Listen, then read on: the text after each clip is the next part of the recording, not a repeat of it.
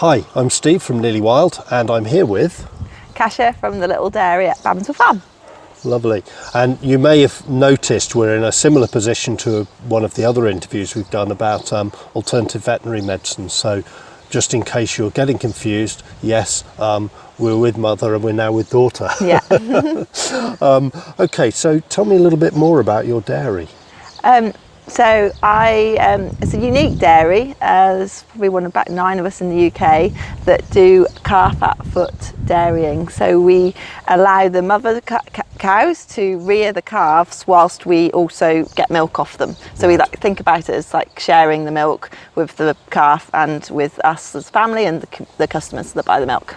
So for those people who know less about this, what would normally happen? The calf gets taken away? Yeah, so the calf would be, a cow would have the calf, and then the calf would be taken to a separate area and reared in a sort of separate unit on the farm, and either fed milk from the dairy herd that was milked off the cow and fed, or they'd be fed sort of bought in milk powder milk, and then fed on corn until they go out to grass a little bit later. Goodness me.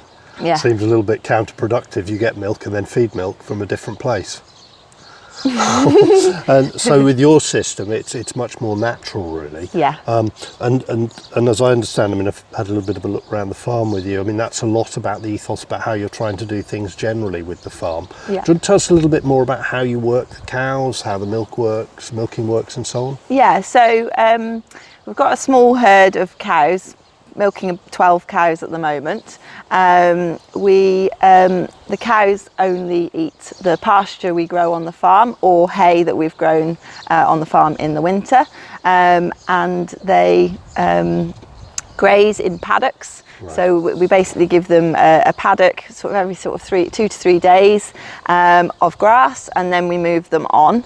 We call this holistic plan grazing. So we've planned ahead, so we know what they're going to graze and when, and we basically we feel like we're farming with nature, so that the cows go into the field, they graze the grass, we monitor what they're grazing, we like to monitor that they've eaten a third of the grass, they've trampled a third, and then they leave a third, and that third that's left is establishing the seed bank, is pollinators for the wildlife, is space where the undisturbed space where the wildlife that we can't see can exist undisturbed, basically.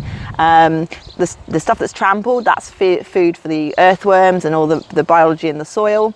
And the stuff that the cows have eaten is going to grow again. So it's going to be it's photosynthetic panel. As plants photosynthesize, as plants grow, they're drawing carbon in from the atmosphere, and they're locking it down in the soil. Wow.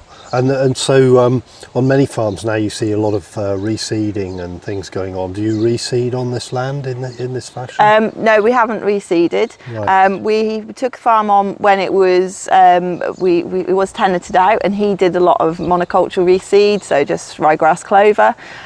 What we're trying to do is encourage the natural seed bank to flourish, and even in the space of the last 3 years we've seen loads more more natural grasses, your fescues, your timothies, your I could name loads, but they've just flown out my head. Go out your head when you're on these, yeah. The only place we would reseed is say if the water troughs overflowed and the cows might have poached a small area up.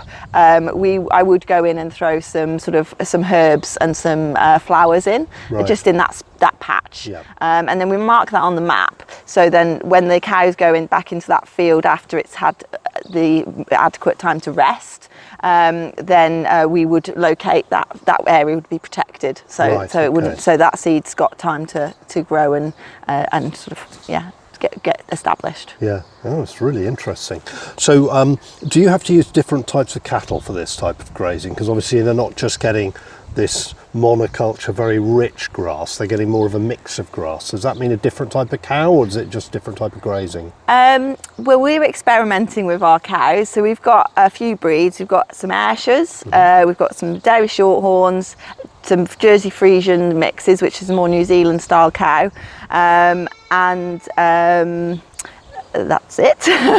And we're trying to see which ones work best. Now, the dairy shorthorns are a really traditional breed. They're quite small cows, and they really do well off long fibrous grass. Yeah. So much so they get quite fat. So we've got to think about that. Does that work? Whereas our the Jersey Friesians, if they don't have enough food, they will lose it off their backs straight away, because they want to produce milk regardless. Whereas the Shorthorns and the Ayrshires can kind of get to a point where they're like, no, I need this energy for me, and you're not having my milk. Whereas the Jersey Friesians will just keep producing milk and lose it off their backs. Right. So we've got to find a balance as to which cattle do well. One thing that we're looking at is a spring calving block only. So we calve down in the spring. They milk for us for 9 months, and then they have the winter off. Yes. And I do not sell milk or dairy produce over winter, which is something that customers, when we've got this lifestyle of being able to just get what we want when we want it, it's a bit of a re-education, but I've got a lot of loyal customers who understand it's the way of, if it's a natural process, then they're sort of supporting that and buying from us. That's great. Yeah. And just give us a feel, what are you producing from the milk? So what are customers buying? We milk the cows. The milk is, we do sell raw milk directly from the farm, and that's literally just cooled and bottled. We also sell pasteurised milk, because I understand people don't want raw milk. So that's gently heated and then cooled and bottled. Yep. I also make yoghurt. Which is a really nice sort of tradition from the farm, because my parents sort of 30 years ago used to actually make goat's yoghurt, and the farm was well known for that in the local area, so it's really nice to be able to bring something back. And I've just started making a soft cheese, which is an overstrained yoghurt with lots of produce off the farm, so tomato and basil, or roasted red pepper, and garlic and herb.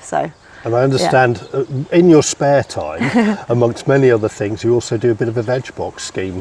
Do the Veg Box people, are they the lucky recipients of this cheese, or is that part slightly separate to the cheese and milk and everything else? So on the farm we've got a very small, very basic farm shop. It's basically a barn with some fridges in, my customers can, they're on a mailing list. On that mailing list is what the produce we've got available for like the coming weeks, and then they can choose whether they buy the fruit, the veg, the milk, and the cheese, and it's kind of all available to whoever would like it. It's wonderful. Yeah. Well, I know that you've got lots of exciting ideas for the future, so anybody who's interested, watch this space. There's lots of ideas and some really quite exciting thoughts developing at the moment, which could come to fruition in the next sort of year or two. So if you are interested to learn more about the milk or all the other things that start to come out of the many projects that are being brewed, no, it's not beer, I will say that. Please take a look at the bottom of the video. Obviously all the links to the website and everything are on there. Meanwhile, thank you very much indeed. Cheers.